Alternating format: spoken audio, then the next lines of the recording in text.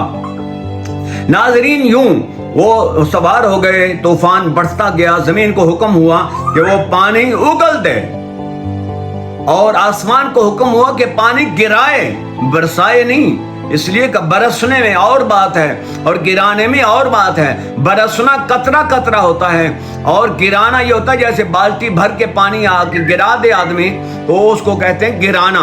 تو آسمان نے پانی گرا دیا، زمین نے اگل دیا، زمین کی جگہ جگہ سے چشمے ابل پڑے، تو یوں آنن فانن پانی بلند ہوتا گیا۔ حضرت نوح علیہ السلام کا ایک بیٹا تھا کنعان، بڑا مشہور ہے یہ کنعان، وہ اور اس کی والدہ دونوں، حضرت نوح علیہ السلام کی بیوی تھی، ایک اور بھی بیویاں تھیں، لیکن یہ کنعان کی ماں اور کنعان یہ کافروں کے ساتھ ملے ہوئے تھے، منافقین میں سے تھے۔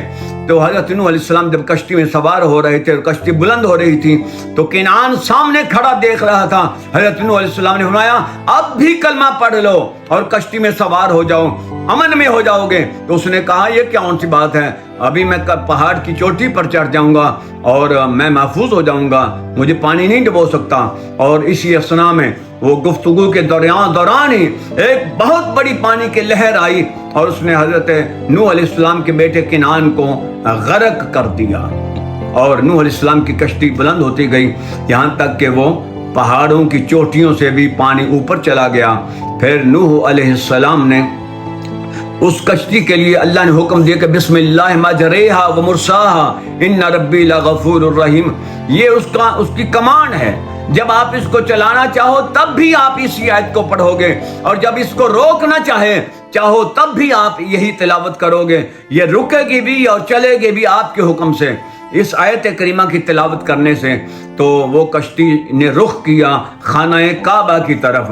40 دن تک وہ عذاب رہا، 40 دن تک پانی ابلتا رہا، آسمان سے گرتا رہا اور پانی بلند ہوتا رہا، اور 40 دن تک کشتی خانہ کعبہ کا طواف کرتی رہی۔